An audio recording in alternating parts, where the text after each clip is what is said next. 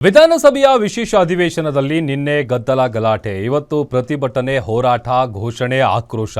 ಜಂಟಿ ಸದನವನ್ನ ಉದ್ದೇಶಿಸಿ ರಾಜ್ಯಪಾಲರ ಭಾಷಣದ ಬಳಿಕ ನಡೆದ ಹೈಡ್ರಾಮಾ ಇವತ್ತು ಸಹ ವಿಧಾನ ಪರಿಷತ್ನಲ್ಲಿ ಮುಂದುವರಿತು. ಕಲಾಪ ಆರಂಭ ಆಗ್ತಾ ಇದ್ದಂತೆ ಆರಂಭ ಆದ ಆರ್ಭಟ, ಬಿಜೆಪಿ ಕಾಂಗ್ರೆಸ್ ಸದಸ್ಯರ ಕೂಗಾಟಕ್ಕೆ ಸದನ ಇವತ್ತು ಸಾಕ್ಷಿಯಾಯಿತು. ರಾಜ್ಯಪಾಲರ ವಿಚಾರದಲ್ಲಿ ರಾಜಕೀಯ ಜೋರು. ನಿನ್ನೆ ನೂಕಾಟ, ತಳ್ಳಾಟ, ಇಂದು ಹೋರಾಟ, ಪ್ರತಿಭಟನೆ. ಬಿಕೆ ಹರಿಪ್ರಸಾದ್, ರವಿ ಅಮಾನತಿಗೆ ಬಿಜೆಪಿ ನಾಯಕರ ಪಟ್ಟು.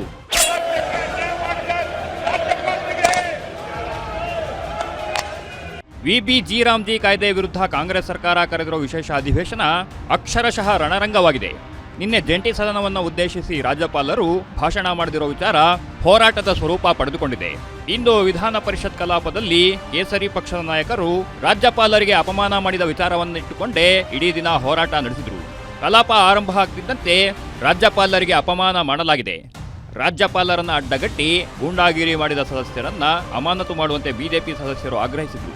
ರಾಜ್ಯಪಾಲರಿಗೆ ಅಪಮಾನ ಮಾಡಿದ ಕಾಂಗ್ರೆಸ್ ಸದಸ್ಯ ಬಿಕೆ ಹರಿಪ್ರಸಾದ್ ಹಾಗೂ ಎಸ್ ರವಿ ಅವರನ್ನ ಅಮಾನತು ಮಾಡುವಂತೆ ಹೋರಾಟ ನಡೆಸಿದ್ರು. ಗೌರವದಿಂದ ಬೀಳ್ಕೊಡ್ಬೇಕು. ನೀವು ಮಾಡಿದ್ದೀರಾ?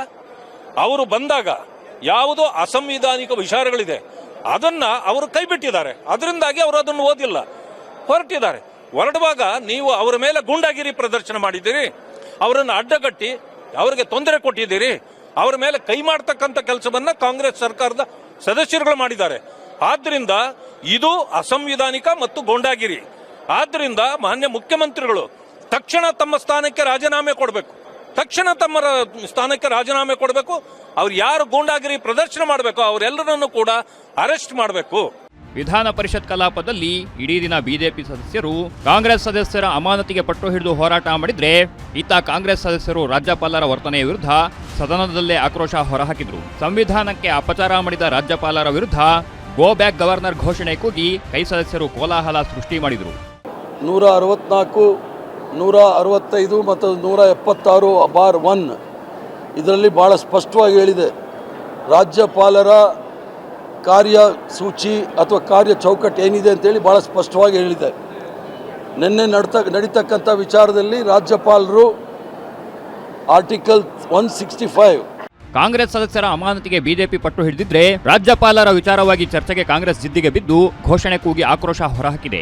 ಹೀಗಾಗಿ ರಾಜ್ಯಪಾಲರನ್ನ ಅಡ್ಡಗಟ್ಟಿದ ಬಿಕೆ ಹರಿಪ್ರಸಾದ್, ಎಸ್ ರವಿ ಅಮಾನತು ಬಗ್ಗೆ ಪರಿಷತ್ ನೀತಿ ನಿರೂಪಣಾ ಸಮಿತಿಗೆ ವಹಿಸಲಾಗಿದೆ ಅಂತ ಸಭಾಪತಿ ಬಸವರಾಜ ಹೊರಟ್ಟಿ ತೀರ್ಪು ನೀಡಿದ್ರು. ಪರಿಷತ್ ಕಲಾಪ ಇಡೀ ದಿನ ಮುಂದೂಡಿಕೆ ಆಗಿ ಕೊನೆಗೆ ಮಂಗಳವಾರಕ್ಕೆ ಸದನವನ್ನ ಮುಂದೂಡಲಾಯಿತು. ವೀರೇಶ್ ದಾನಿ, ಪೊಲಿಟಿಕಲ್ ಬ್ಯೂರೋ, ಗ್ಯಾರಂಟಿ ನ್ಯೂಸ್.